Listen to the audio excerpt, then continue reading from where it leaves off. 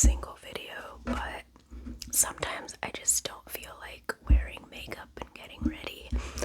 Other times, like today, I do. It's really nice out, it's sunny, and I wanted to get dressed up and look nice and presentable. I'm gonna start with the hardcovers first because they're nicer and I was really excited about them. First book that I got is Listen for the Lie by Amy Tintera.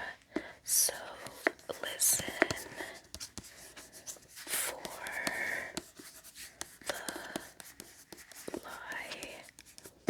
Amy Tintera. And it's got the cute headphones. I love the cover of this. It's so pretty.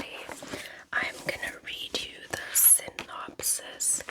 So it says, what if you thought you murdered your best friend, and if everyone else thought so too? And what if the truth doesn't matter? Lucy and Savvy were the golden girls of their small Texas town. Pretty, smart, and enviable. Lucy married a dream guy with a big ring and an even bigger new home. Savvy was the social butterfly loved by all, and if you believe the rumors, especially popular with the men in the town. But after Lucy is found wandering the streets covered in her best friend Savvy's blood, everyone thinks she's a murderer. It's been years since that horrible night, a night Lucy can't remember anything about, and she has since moved to LA and started a new life. But now the phenomenally huge hit true crime podcast Listen for the Lie and its two good-looking host Ben Owens have decided to investigate Savvy's murder for the show's second season. Lucy is forced to return to the place she vowed never to set foot in again to solve her friend's murder. Even if she is the one who did it, the truth is out there if we just listen. I loved this one so much. It was so entertaining. It's a thriller, but it's very lighthearted. It's like a dark comedy as well. And I love Lucy's character so much. She is so funny. I found myself laughing a lot when I was reading this book. And it's really cool because it's told from the point of view of Lucy, and it's also told in a podcast format, so it has the transcript of the podcast, and it goes through a lot of different characters, and it's just really entertaining, and I think it deserves the hype that it gets. Also, if you can hear background noise, that's the neighbors. I am house sitting for someone right now. There's yard work going on, so if you hear background noise, I apologize. Everyone here is lying by Sherry Lapina, so everyone here is lying. Sherry Lapina.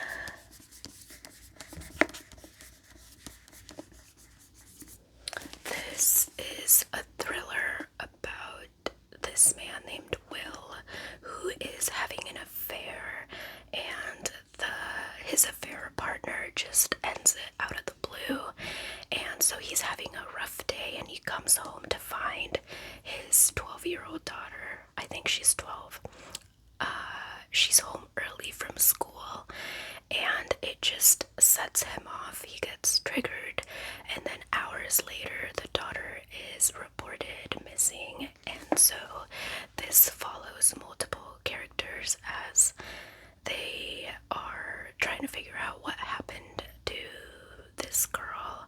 So it takes place in like a small neighborhood, and the chapters are from the POV of different neighbors, and there's a lot of point of views. Like, I think there's more than 8, and usually if a book follows a lot of different characters, I find it hard to follow them all. But this one was pretty easy to follow. I read this in one sitting. Welcome to Stanhope, a a safe neighborhood, a place for families. On the surface, William Wooler is a family man, but he's been having an affair that ended horribly this afternoon at a motel up the road. When he returns to his house, devastated and angry to find his difficult 9-year-old daughter, Avery, unexpectedly home from school, William loses his temper. Hours later, Avery's family declares her missing. Suddenly, Stanhope doesn't feel so safe, and William isn't the only one on his street who's hiding a lie. As witnesses come forward with information that may or may not be true, his neighbors become increasingly unhinged. Who took Avery Wooler? I have been on a thriller kick. I am loving reading them. So that's what the spine looks like. I liked this one a lot. I feel like I say that about every book, but I have just been having such a good time reading lately. I've read nothing but bangers. So this one was one of my most anticipated reads. It's been on my TBR for a while.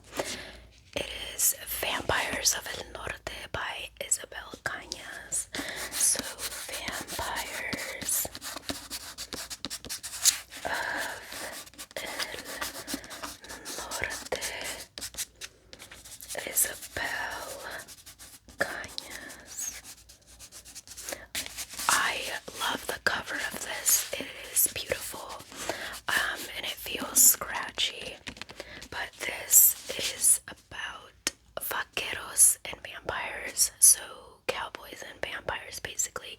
It's a historical YA supernatural horror book, and I typically don't like historical fiction books or YA books for that matter, but I loved this one. It was very slow burn, slow paced, but once it got to all the battle scenes with the vampires and everything, it picked up and I really enjoyed it. It is about this woman named Nena and this guy named Nestor. So if you don't know Isabel Cañas, she is also the author of The Hacienda, which I haven't read, but it is on my TBR. I have a lot of cat hair on my microphone. I just noticed. I am sorry about that. Anyways, as the daughter of a rancher in 1840s Mexico, Nena knows a thing or two about monsters. Her home has long been threatened by tensions with Anglo settlers from the north, but something more sinister lurks near the ranch at night, something that drains men of their blood and leaves them for dead. Something that once attacked Nena 9 years ago. Believing Nena dead, Nestor has been on the run from his grief ever since, moving from ranch to ranch, working as a vaquero, but no amount of drink can dispel the night terrors of sharp teeth. No woman can erase his childhood sweetheart from his mind. When the United States invades Mexico in 1846, the two are brought abruptly together on the road to war. Nena, as a curandera, a healer striving to prove her worth to her father, so that he does not marry her off to a stranger, and Nestor, as a member of the auxiliary cavalry of ranchers and vaqueros. But the shock of their reunion and Nena's rage at Nestor for seemingly abandoning her long ago is quickly overshadowed by the appearance of nightmare-made flesh. Unless Nena and Nestor work through their past and face the future together, neither will survive to see the dawn. This was really good. It did have vampires in it, but there was less focus on the vampires and more focus on the characters. It's a very character-driven book, so if you are reading this for mostly the vampires and the supernatural horror, then you probably won't like this, because it does have vampires, but the book doesn't just focus on them. It's more about the characters and their journey. American Psycho by Bret Easton Ellis. I am very excited to read this one. American Psycho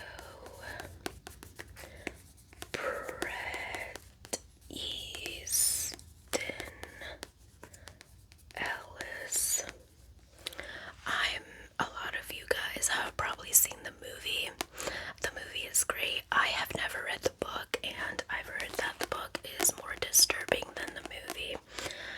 So Patrick Bateman is handsome, well-educated, intelligent. He works day by day on Wall Street, earning a fortune to complement the one he was born with. His nights he spends in ways we cannot begin to fathom. He's 26 years old and living his own American dream.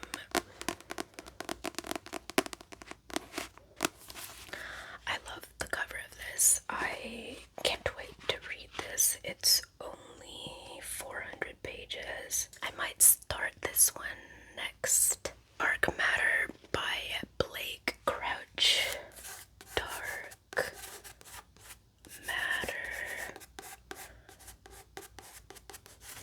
Blake Crouch. This is another one that's been on my TBR for a long time. It's like a sci-fi horror book. I've heard it's very Black Mirror-esque. I actually need to return this one though because Amazon damaged it. The spine is ripped and it's creased on the bottom and it's ripped up here. So I haven't read this, but I requested a return, so I have to go drop it off tomorrow at the post office. But it says, "Are you happy with your life?" Those are the last words Jason Desson hears before the kidnapper knocks him unconscious before he awakens to find himself strapped to a gurney surrounded by strangers in hazmat suits. Before a man he's never met smiles down at him and says, "Welcome back, my friend." In this world he's woken up to, Jason's life is not the one he knows. His wife is not his wife, his son was never born, and Jason is not an ordinary college professor, but a celebrated genius who has achieved something remarkable, something impossible. Is it this life or the others? That's the dream, and even if the home he remembers is real, how will Jason make it back to the family he loves? From the author of the best-selling Wayward Pines trilogy, Dark Matter is a mind-bending thriller about choices, paths not taken, and how far we'll go to claim the lives we dream of. It's also been on my TBR. It's called Never Let Me Go by Kazuo Ishiguro. So, Never Let Me Go. Kazuo Ishiguro. The cover on this is really scratchy. This was on the New York Times Best Books of the 20th Century list. I've heard a lot of good things about this. It's a very short book. It's 200-ish pages. And it says, as children, Kathy, Ruth, and Tommy were students at Aosham, an exclusive boarding school secluded in the English countryside. It was a place of mercurial cliques and mysterious rules, and teachers were constantly reminding their charges of how special they were. Now, years later, Kathy is a young woman. Ruth and Tommy have re-entered her life, and for the first time she is beginning to look back at their shared past and understand just what is it that makes them so special, and how that gift will reshape the rest of their time together. Suspenseful, moving, beautifully atmospheric. Never Let Me Go is another classic by the author of The Remains of Today. Last book is Five Brothers by Penelope Douglas. So, Five Brothers. A lot of you might know her from Credence, is her most popular work, I think. I love Credence. I'm already 100 pages into this one. I have my cute cat bookmark. I have to show it off every time.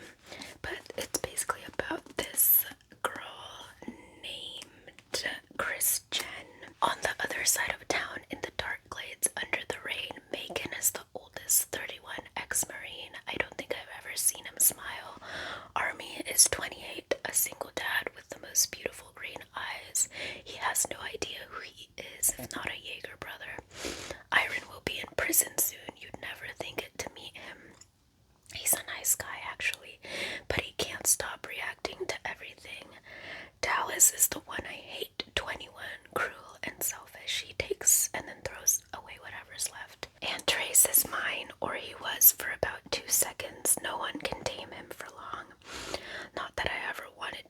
was fun, but now I need to go back home, back to my side of the tracks, away from the swamp and these men, to my parents' big house on my clean street where I'm never dirty or messy or hot. And I'll leave first thing tomorrow morning. I just want to crash on the couch tonight. Their house is dark and quiet, and everyone else is asleep except for him. He sees me crying and comes at me from behind. I let him wrap his arms around my body and hold me tightly. His breath is on my neck. His fingers are in my hair, and he doesn't stop there. I don't think it was Trey's. So this is set in the same universe as, what is it called? It's a standalone, but it's interconnected with another book that she wrote. So, Tryst Six Venom. It's interconnected with Tryst Six Venom, which is set in the same universe, but that one has to do with the sister of the five brothers. And I have not read that one. It's recommended to read that before this, but it's not a requirement. So yes, I am liking this so far. I have really high expectations of this, and I cannot wait to get through it. That is all the books that I have for you today. I hope that you guys enjoyed watching this video. As always, I have a Goodreads. It is goodreads.com/morbidcatmom. I will leave it down below. I also want to thank you guys for 400 subscribers. That's crazy to me. Like, that is literally so wild. I can't imagine speaking in front of